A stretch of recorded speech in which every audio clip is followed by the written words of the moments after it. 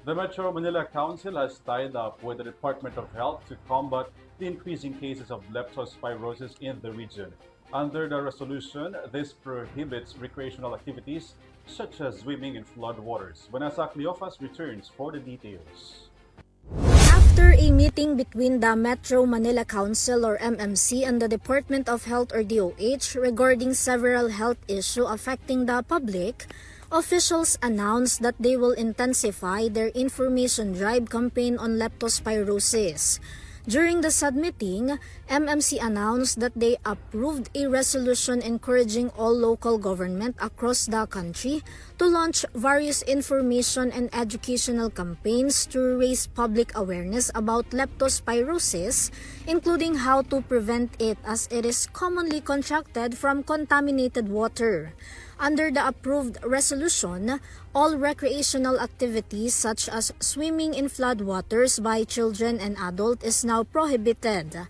This decision comes in response to the rising number of cases, especially during the rainy season following storm and floods. The resolution allows all LGUs in the country to pass ordinances related to this with penalties for violators. Health Undersecretary Gloria Balboa has urged all LGUs to advise their residents, especially children, to avoid wading in floodwaters. Sa ating mga local government units na matulungan kami na i-discourage yung ating mga mga bata, mga members ng constituents at para rin mga nanay, mga magulang na mapigilan ang kanilang mga anak na yung naliligo, gano'n.